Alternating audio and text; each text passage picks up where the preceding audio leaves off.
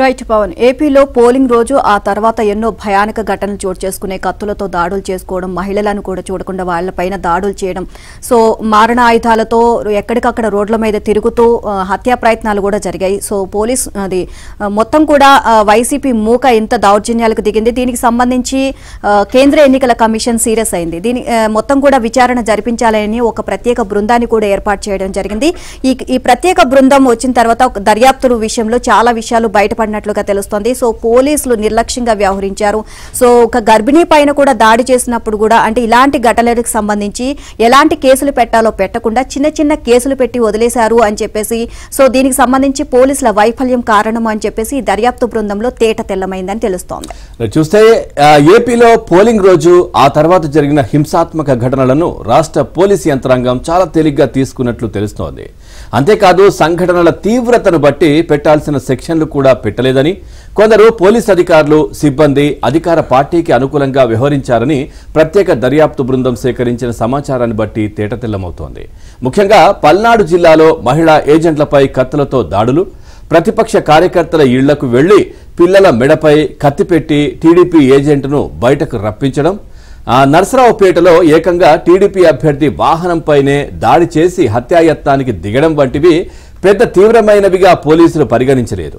మారణాయుధాలతో దాడులకు దిగిన వ్యక్తులపై హత్యాయత్నం కేసులు నమోదు చేయలేదు. మాచర్లలో నమోదైన ఎఫ్ఐఆర్లలో సిట్ దీనిని గమనించింది.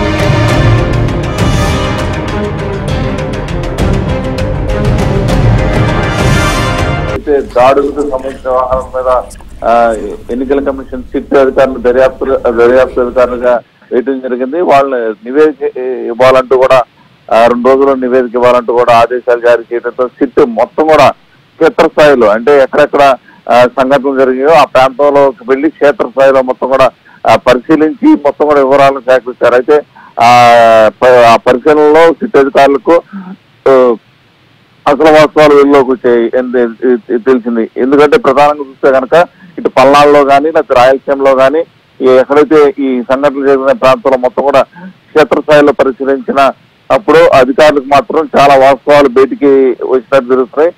ప్రధానంగా అంటే అక్కడ ఏ వాస్తవాలు ఉన్నాయో అవన్నీ కూడా పోలీసులు అంతా మభ్య పెట్టారనేదే వాళ్ళు ప్రధానంగా గుర్తించినట్టు కూడా తెలుస్తుంది. ఎందుకంటే క్షేత్రస్థాయిలో ఏమేమి పరిశీలించారో అవన్నీ కూడా ఎన్నికల సంఘానికి కూడా మొత్తం కూడా సిట్ అధికారులు అయితే మొత్తం కూడా అన్ని కూడా నిన్న రాత్రి తెలియజేసినట్టు కూడా తెలుస్తుంది. ప్రధానంగా ఇటు పల్నాడు ప్రాంతంలో అనేక ఘటనలు కూడా ఆ గ్రామాలకు వెళ్లి ప్రత్యేక సాక్షులు అడిగి మొత్తం కూడా వివరాలు సేకరించారు. అక్కడ ఏకంగా నర్సరావుపేటలో ఏకంగా అభ్యర్థి వాహనాన్ని దాడి చేసి హత్య వంటి జరగటాన్ని ఇటువంటి పెద్ద సంఘటనలు వాళ్ళు చాలా చిన్న సంఘటనలుగా పోలీసులు తీసుకున్నారనేది సిట్ అధికారులు అయితే గుర్తించారు. ప్రధానంగా ఎందుకంటే మారణాయుధాలతో దాడులు దిగిన వ్యక్తులకి హత్యాయత్నం కేసులు నమోదు చేయకపోవడం పట్ల సిట్ అధికారులు కూడా ఆశ్చర్యానికి లోనైన పరిస్థితి నెలకొంది. అలాగే ఈ ఏదైతే ప్రధానంగా పల్నాడు ప్రాంతంలో ఇళ్లలోకి వెళ్లి మహిళల మీద దాడులు చేయడం కానీ లేకపోతే వాళ్ళని ఓటింగ్ లో పాల్గొనకుండా వాళ్ళని అడ్డుకోవడం కానీ ఇటువంటి ఘటనలన్నింటినీ కూడా వాళ్ళు తీవ్రంగా పరిగణించారు.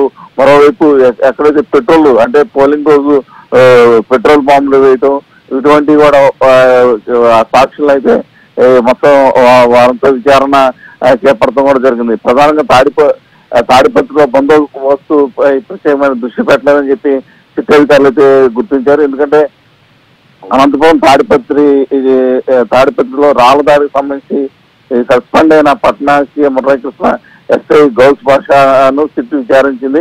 ఎందుకంటే ప్రధానంగా ఆ రోజు పోలింగ్ రోజు పట్నంలో ఓం శాంతి నగర్ పాతకోట ప్రాంతంలో రాళ్లదారికి ఎవరి కారణం అనేది ఎవరెవరు ఉంది ఎందుకు కట్టడి చేయలేకపోయారనే దాని మీద కూడా సిట్ అధికారులు DSP Srinivasulu ACB DSP Bhushanam ACB inspector GL Srinivas ప్రశ్నించినట్టు సమాచారం. దాడి జరగక కూడా బందోబస్తు పెంచడం ఎందుకు శ్రద్ధ పెట్టలేదని సూటిగా సిట్ అధికారులు అడిగినట్టు తెలుస్తుంది. అదే కాకుండా అనేక ప్రాంతాల్లో అంటే అటు పులివర్తి నాని మీద దాడి చేసిన ఘటనలు కానీ ఆయన హత్యాయత్నంగా పాల్పడిన ఘటనలో కానీ అనేక ఆధారాలు కూడా ఈ సిట్ అధికారులు అయితే మొత్తానికి సేకరించారు. వీటన్నిటి మీద ఏదైతే సెక్షన్స్ అయితే నమోదు చేయాల్సిన సెక్షన్స్ నమోదు చేయలేదని చెప్పి సిట్ అధికారులు అయితే ప్రధానంగా గుర్తించినట్టు తెలుస్తుంది. ఎందుకంటే ప్రధానంగా పోలింగ్ రోజు అవలకు సంబంధించి ప్రజాప్రాతినిధ్యం సెక్షన్ ఎందుకు పెట్టలేదన్న ప్రశ్న స్థానిక పోలీసులు కూడా సమాధానం చెప్పలేని పరిస్థితి అయితే నెలకొంది. ఈ లోపాలన్నింటినీ కూడా మొత్తం కూడా ఒక నివేదిక రూపంలో మొత్తం కూడా ఎన్నికల కమిషన్ కి అందజేసినట్టు కూడా తెలుస్తుందని. Right, thank you Purna.